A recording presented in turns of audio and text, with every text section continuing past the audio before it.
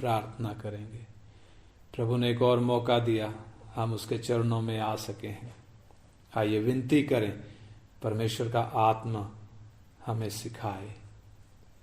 Hallelujah. पिता, हम आपका धन्यवाद करते हैं आपके महान अनुग्रह के लिए। प्रभु, आज फिर आपने हमें मौका दिया, आप अपने चरणों में हमें लेकर आए। धन्यवाद करते हैं पिता। हम प्रार्थना करते हैं प्रभु, आप अपने वचन के द्वारा हम एक एक से बात करें। प्रभु, आपका वचन जो हमारे प्रभु पांव के लिए दीपक है और मार्ग के लिए उजियाला है। प्रभु, हम धन्यवाद करते हैं आपके इस वचन के लिए। आप हमें खोलकर सिखाएं प्रभु। खासकर हम जो क्रूस का प्रचार वो विषय सीख रहे हैं प्रभु, आपसे प्रार्थना करते हैं आप प्रभु हम एक एक से बात करें। ये क्लास हम हर एक के लिए आशीष का कारण बने पिता, यीशु मसीह के नाम में मांगते हैं, आमीन आमीन। तो पिछले दिनों से जो बात हम सीख रहे थे, यीशु मसीह जब क्रूस पर टंगे हुए हैं तो उन्होंने 7 बातें जो बोली, उसमें सबसे पहले हमने देखा उन्होंने जो जिम्मेदारी का वचन कहा, और दूसरा हमने देखा था मुआफी का वचन जो उन्होंने बोला, और तीसरा हमने देखा कि उद्धार का वचन। यीशु ने कहा आज ही तू मेरे साथ स्वर्गलोक में होगा। और फिर हमने देखा उसके बाद चौथा, प्रभु यीशु मसीह जब एली एली लमा सबक्तानी बोलते हैं, यानी वो अलगाव का वो दर्द, पिता से अलग होने का वो दर्द, इन शब्दों के द्वारा हमने देखा और वो बात हमने सीखी कि क्यों ऐसा है। और फिर 5वीं बात हमने देखा, यीशु कहते हैं मैं प्यासा हूं, जिसका मतलब यीशु मसीह बहुत ही संकट में है, बहुत ही पीड़ा में है जिस जगह से वो निकल कर आए हैं। तो इसलिए इस बात की गंभीरता भी हमने देखा था। आज हम देखेंगे प्रभु यीशु मसीह का कहा हुआ वचन, यूहन्ना 19 अध्याय, उसका 28 से 30 तक हम पढ़ेंगे। यूहन्ना 19 अध्याय उसका 28 वचन से 30 वचन तक पढ़ेंगे। इसके बाद यूहन्ना 19 अध्याय 28 से 30 वचन हम पढ़ रहे हैं। इसके बाद यीशु ने यह जानकर कि अब सब कुछ पूरा हो चुका, इसलिए कि पवित्र शास्त्र में जो कहा गया था वह पूरा हो, कहा मैं प्यासा हूँ। वहाँ सिरके से भरा हुआ एक बर्तन रखा था, अतः उन्होंने सिरके में भिगोए हुए स्पंज को जूफे पर रखकर उसके मुंह से लगाया। जब यीशु ने वह सिरका लिया तो कहा पूरा हुआ, और सिर झुकाकर प्राण त्याग दिए। हाँ, इसमें जो बात हमने पिछली बार देखी थी, यीशु ने कहा मैं प्यासा हूं, तो वहां पर जो सिरके से भरा हुआ बर्तन रखा हुआ था, लोगों ने सोचा कि ये प्यासा है, हम इसको पानी देने की बजाय उन्होंने क्या दे दिया, वो सिरका स्पंज में भरकर जूफे पर रखकर यीशु के मुंह से उन्होंने लगाया। और जब यीशु ने वो सिरका चखा तो कहा पूरा हुआ, और सिर झुकाकर अपने प्राण त्याग दिए। तो यहां पे जो शब्द यीशु के मुंह से निकला पूरा हुआ, इंग्लिश में लिखा इट इज फिनिश्ड, तो इस बात की गंभीरता को हम देखेंगे। पूरा हुआ, यीशु कहते हैं पूरा हुआ, तो हम देखते हैं क्या है, क्या चीज है वो जो पूरा हो गया। यीशु जब क्रूस पर टंगे हैं तो क्यों टंगे हैं? अगर हम देखें तो पहले क्रूस पर चढ़ाने से पहले कोड़े मारे गए हैं और बहुत ही अपमान किया गया है,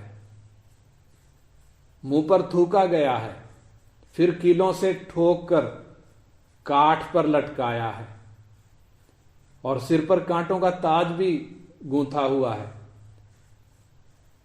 और जब हम देखते हैं तो मनुष्य का इस निर्दोष व्यक्ति के प्रति ऐसा व्यवहार क्यों, और यीशु की ऐसी भयानक मृत्यु क्यों? वो यीशु जो पाप से अज्ञात था, जिसके विषय में लिखा है जो पाप से अज्ञात था, यानी जिसने पाप किया नहीं, जिसमें पाप नहीं, उसकी इतनी भयानक मृत्यु क्यों?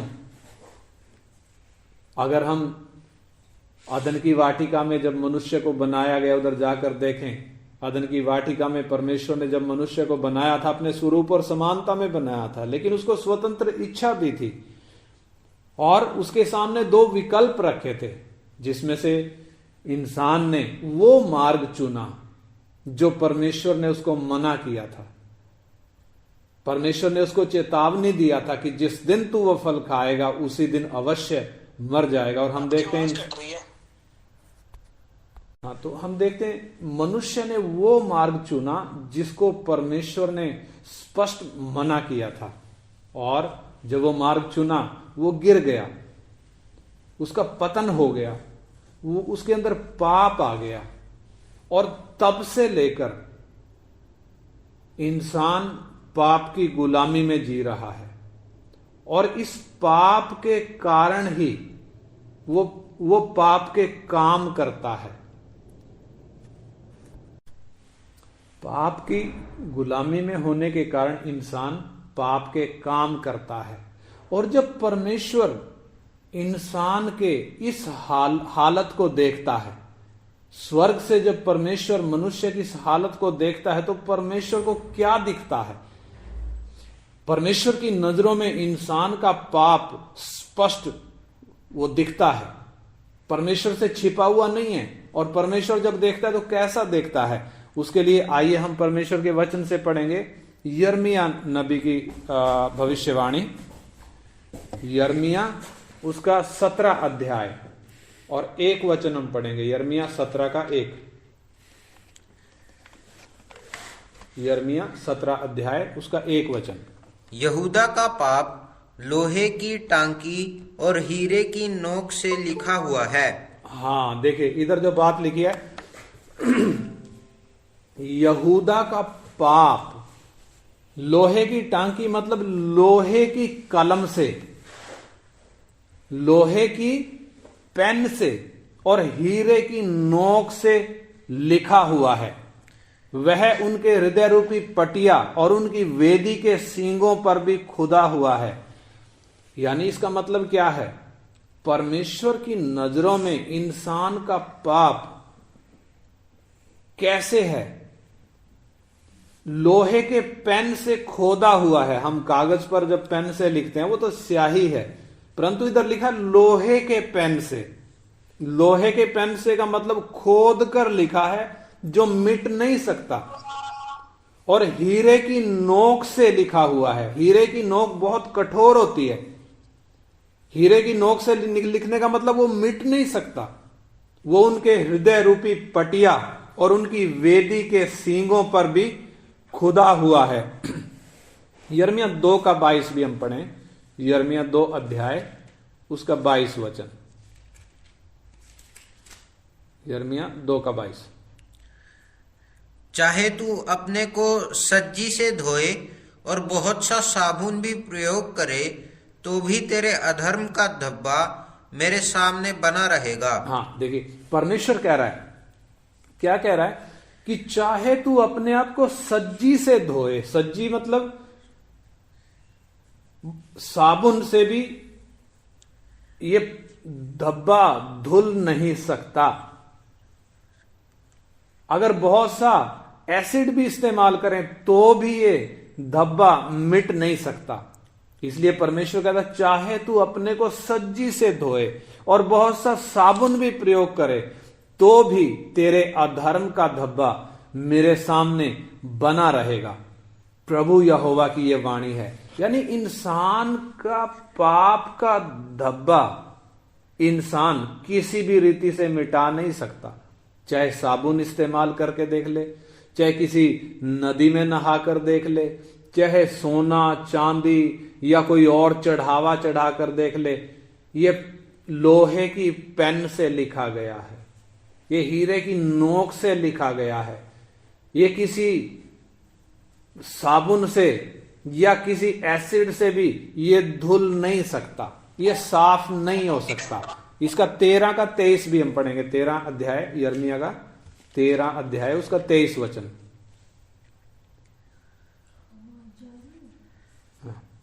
क्या हबशी अपना चमड़ा या चीता अपने धब्बे बदल सकता है? यदि वे ऐसा कर सकें तो तू भी जो बुराई करना सीख गई है भलाई कर सकेगी। हाँ, देखिए इधर भी परमेश्वर क्या कह रहा है, इंसान के पाप को ध्यान में मतलब सामने देखकर क्या कह रहा है। क्या हबसी अपना चमड़ा, हबसी का मतलब वो काले लोग, क्या हबसी अपना चमड़ा बदल सकता है क्या? उसका रंग बदल सकता है क्या? या चित्ता अपने धब्बे बदल सकता है क्या? यदि वे ऐसा कर सकें तो तू भी जो बुराई करना सीख गई है भलाई कर सकेगी। यानी परमेश्वर की नजरों में इंसान का पाप कैसे चुभ रहा है हम देख सकते हैं। इंसान चाहे अपने आप को ऊपर से कितना भी भक्ति के काम करके, पुण्य के काम करके, चाहे पूजा पाठ करके, सत्संग करके, नाम जप के, चाहे कितना भी अच्छा काम करने की कोशिश करे, लेकिन वो सब परमेश्वर की नजरों में मैले चिथड़े हैं। इंसान का पाप परमेश्वर को साफ दिख रहा है। इंसान कितना भी छिपाने की कोशिश करे, चाहे नहा धोकर सफेद कपड़े पहन ले, चाहे अपने आप को अच्छा दिखाने की कोशिश करे, परंतु पाप मिट नहीं सकता। इसलिए परमेश्वर का वचन स्पष्ट तरीके से कह रहा है कि इंसान का पाप कैसे परमेश्वर की नजरों में चुभ रहा है। रोमी 6 का 23 भी हम पढ़े, रोमियो की पत्री 6 अध्याय उसका 23 वचन। रोमन्स 6:23।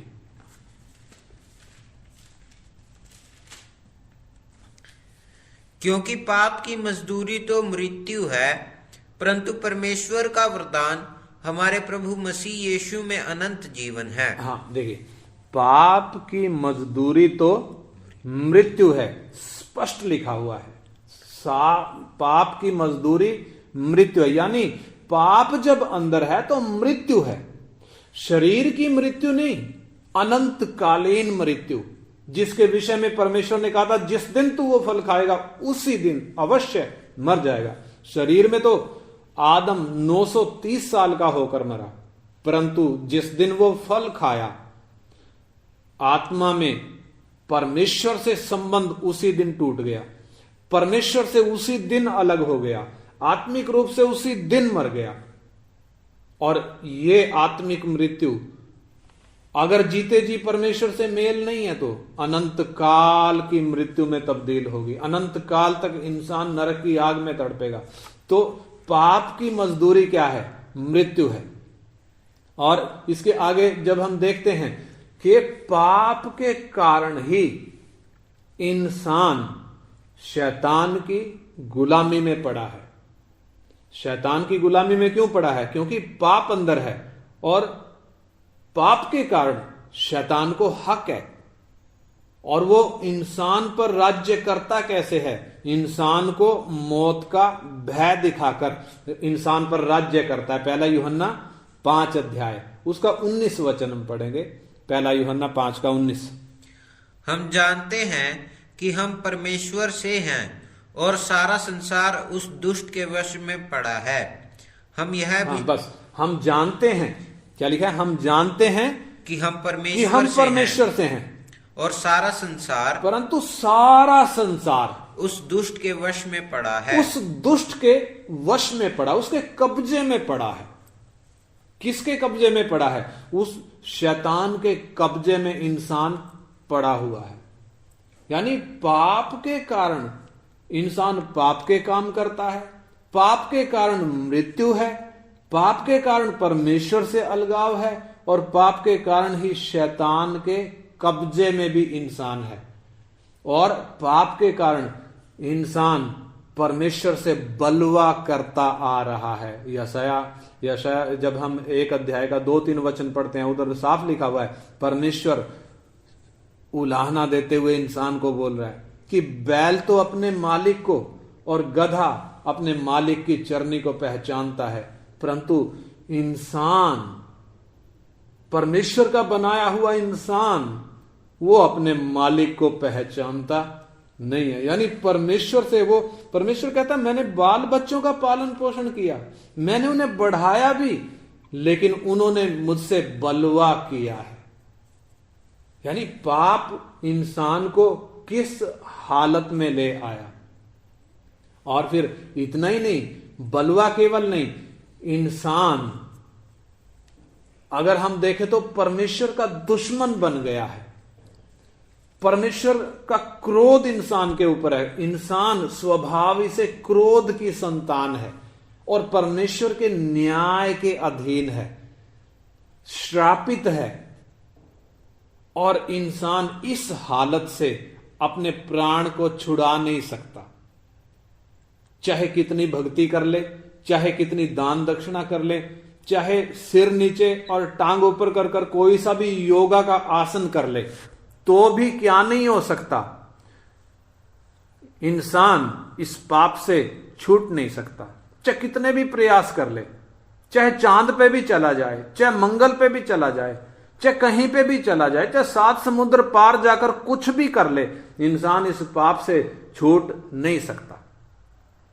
क्योंकि परमेश्वर का वचन कहता, देखिए भजन संहिता 49 उसका 6 से 8 हम पढ़ेंगे। भजन संहिता 49 अध्याय उसका 6 से 8, पहले भी हमने एक बार पढ़ा था ये। भजन 49 का 6 से 8।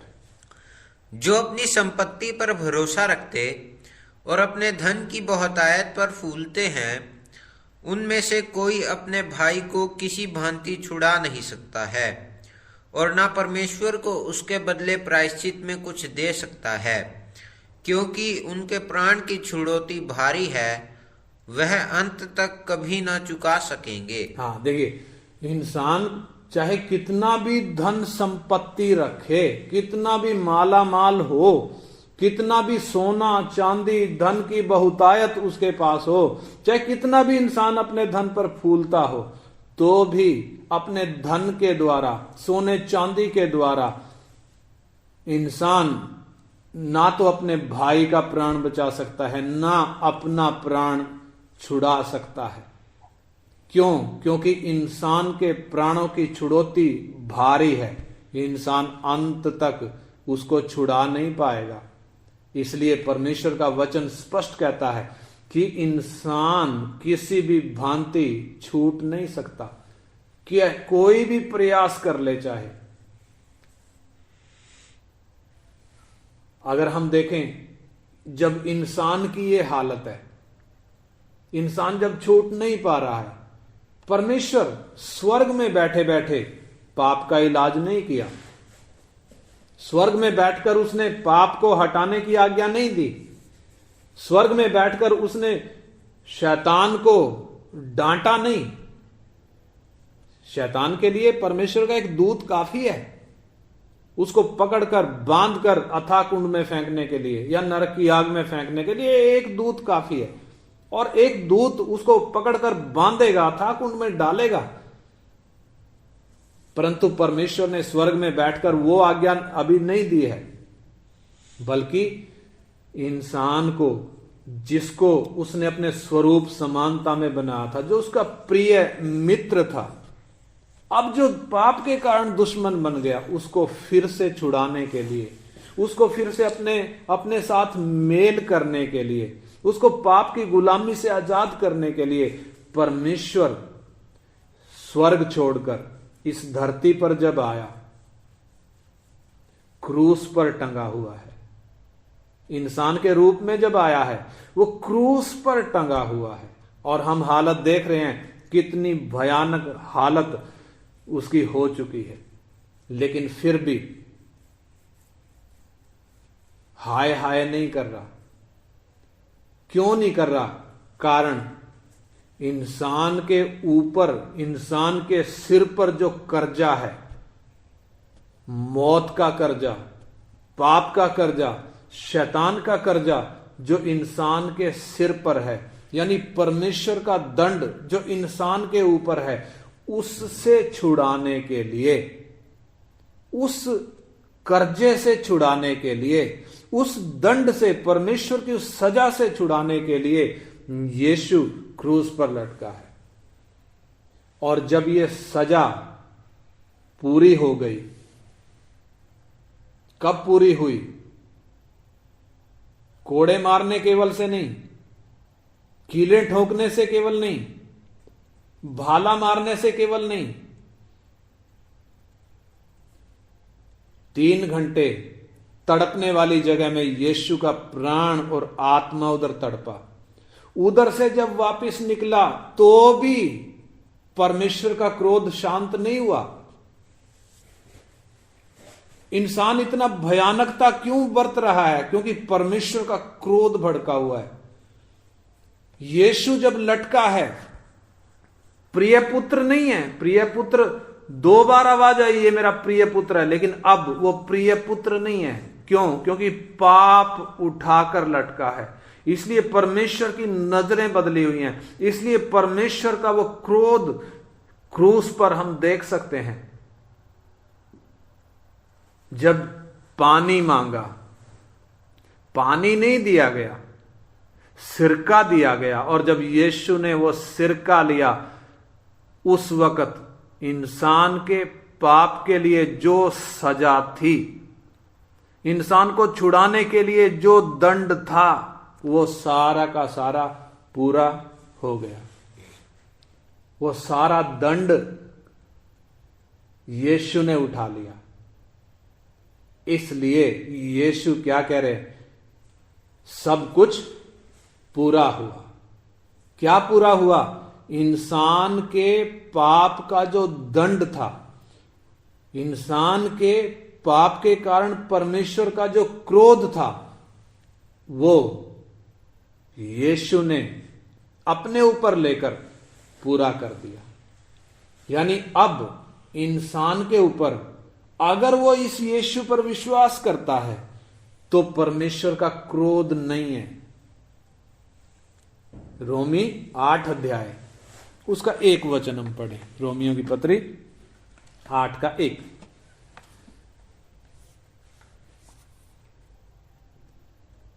रोमियों की पत्री 8 अध्याय का 1 वचन। अतः अब जो मसीह यीशु में है, उन पर दंड की आज्ञा नहीं। हाँ, अब जो मसीह यीशु में हैं, उन पर दंड की आज्ञा नहीं। क्यों? क्योंकि वे शरीर के अनुसार नहीं, वरन आत्मा के अनुसार चलते हैं। हाँ, क्योंकि वो शरीर के अनुसार नहीं चलते, वो आत्मा के अनुसार चलते हैं। यानी जो व्यक्ति यीशु मसीह में आ गया, शरीर के अनुसार नहीं चलता, आत्मा के अनुसार चलता है, उस पर दंड की आज्ञा नहीं। क्यों दंड की आज्ञा नहीं? क्योंकि दंड यीशु ने उठाकर पूरा कर दिया। इसलिए परमेश्वर यशाया 1 का 18 में कहते हैं, यशाया 1 अध्याय उसका 18 वचन हम पढ़ेंगे। यशाया 1 अध्याय का 18 वचन।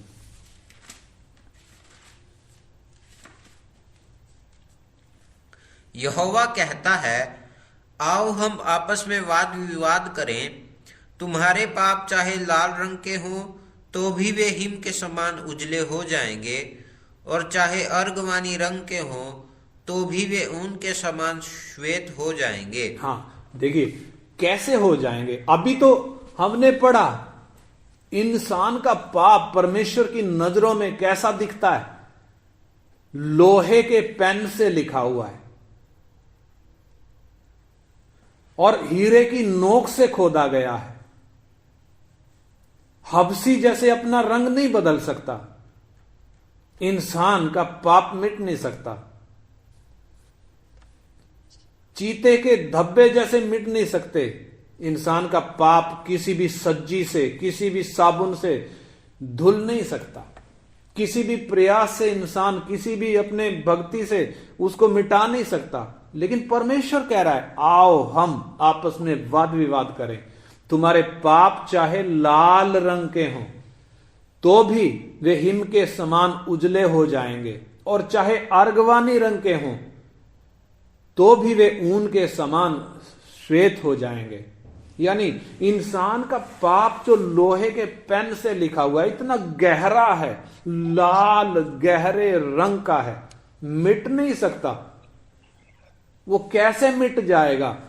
यीशु के उस क्रूस पर, उस बलिदान के द्वारा।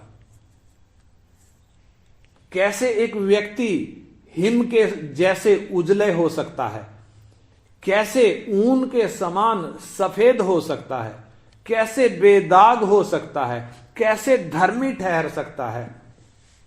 यीशु के क्रूस पर बलिदान के द्वारा। इसलिए परमेश्वर ये कह रहा है, यानी जो व्यक्ति यीशु को स्वीकार करता है, जो व्यक्ति यीशु पर विश्वास करता है, विश्वास केवल नहीं, जो उसको स्वीकार करता है। उधर हमने पढ़ा, जो मसीह यीशु में हैं उन पर दंड की आज्ञा नहीं, क्योंकि वो शरीर के अनुसार नहीं चलते। अब तक शरीर के अनुसार चलते आए, शरीर की लालसाएं पूरी करते आए, परंतु अब वो शरीर के अनुसार नहीं चलते, आत्मा के अनुसार चलते हैं। उन पर दंड की आज्ञा नहीं। उनके सारे दाग, लोहे के पेन से लिखे हुए दाग, हीरे की नोक से लिखे हुए दाग, यीशु के खून के द्वारा मिटा दिए गए हैं। यानी ऐसा व्यक्ति, उसकी हालत क्या है? अभी वो हिम जैसा सफेद हो गया है, बर्फ जैसा सफेद और ऊन जैसा श्वेत हो गया है, बेदाग हो गया है। यानी यीशु क्रूस पर वो दंड क्यों उठाया? ताकि हमारा मेल परमेश्वर से कराए। अदन की वाटिका से लेकर जो इंसान निकाला हुआ था, परमेश्वर से दूर था, यीशु ने क्रूस के द्वारा इंसान का मेल परमेश्वर से कराया। इसलिए उसने वो सजा खुद उठाई। इंसान के पाप की सजा उठाने के बाद, पूरा भुगतान करने के बाद, यीशु कह रहा है सब कुछ पूरा हुआ। यानी अब जो उस पर विश्वास करता है उसको कुछ भी भुगतान करने की जरूरत नहीं है, कुछ भी चढ़ावा चढ़ाने की जरूरत नहीं है, बल्कि वो पूरा का पूरा फ्री हो चुका है, आजाद हो चुका है, स्वतंत्र हो चुका है। किस बात से? पाप की गुलामी से। पापों के जितने भी दाग थे सब यीशु के खून के द्वारा मिटा दिए गए, और मौत की गुलामी से और शैतान के फंदे से इंसान जो यीशु पर विश्वास लाता है वो क्या है? आजाद हो चुका है। उसी के लिए यीशु ने ये दंड, क्रूस की वो भयानक मृत्यु को सहा। इसलिए आइए हम विचार करें। हम जब ये वचन सुन रहे हैं, परमेश्वर हमें यह मौका दे रहा है, परमेश्वर ने यह वचन हम तक पहुंचाया है। दुनिया जब आशीष के पीछे भागती है, बहुत से लोग यीशु के पीछे आशीष के कारण आते हैं, परंतु परमेश्वर ने जब हमें यह वचन खोल कर दिया है, हम इस वचन को कैसे लेते हैं? परमेश्वर को यह अच्छा लगा कि वो अपना वचन हमें खोल कर दे। उसने रास्ता खोल कर दिया है ताकि ये आवाज आप तक पहुंचे। जरा पीछे मुड़कर देखें, जब से होश संभाला है, अपनी मर्जी पूरी करी है। कभी भी परमेश्वर की मर्जी को नहीं सोचा, कभी भी ये नहीं सोचा मैं इस धरती पर क्यों आई या क्यों आया, कभी भी नहीं सोचा। लेकिन जब हम अपनी इच्छाओं में जी रहे थे, जब हम अपने पापों में आनंद कर रहे थे, परमेश्वर को ये अच्छा लगा कि वो इस तरीके से अपनी सच्चाई हम तक पहुंचाए। इसलिए आइए हम प्रार्थना करें, प्रभु का ये वचन हम एक एक के हृदय में कार्य करे। इस वचन को सुनकर भूल जाने के लिए नहीं, इस वचन को सुनकर अपने हृदय में रखने के लिए। मेरे पाप का सारा दंड एक निर्दोष ने उठाया है। जो सजा मेरे ऊपर आनी थी, परमेश्वर ने जो मेरे कामों का लेखा लेना था, मैं परमेश्वर का बैरी था, परमेश्वर का वो भयानक क्रोध जो मुझ पर आना था, एक निर्दोष ने उठाया। मेरे लिए एक निर्दोष घात हुआ है, मेरे लिए एक निर्दोष मेमना बलिदान हुआ है। क्या मैं उस पर विश्वास लाऊंगा? क्या मैं उस पर विश्वास लाऊंगी? इसलिए नहीं कि मुझे आशीष मिलेगी, नहीं। एक व्यक्ति जिसके जीवन में यीशु आ गया है, उसको और कोई आशीष नहीं चाहिए, इस धरती की कोई आशीष नहीं चाहिए। वो अनंत काल के जीवन का भागी हो चुका है।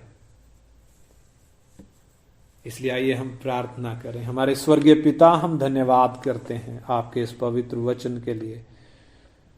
प्रभु, आपने क्रूस पर टंगे हुए जो बातें कही, उनकी गंभीरता को आप हमें खोल कर दे रहे हैं। हम धन्यवाद करते हैं प्रभु, हमारे लिए आपने सब कुछ पूरा कर दिया। हम धन्यवाद करते हैं प्रभु। इस वचन को प्रभु और हम मनन करते रहें, अपने हृदय में रखें, और इस वचन को हम स्वीकार करके प्रभु आपकी महिमा का कारण बने। आपके हाथ में हम एक एक जीवन को सौंपते हैं। आपका वचन एक एक जीवन में काम करे। सब आदर और महिमा हम आपको देते हैं पिता, यीशु मसीह के नाम में मांगते हैं, आमीन। आमीन।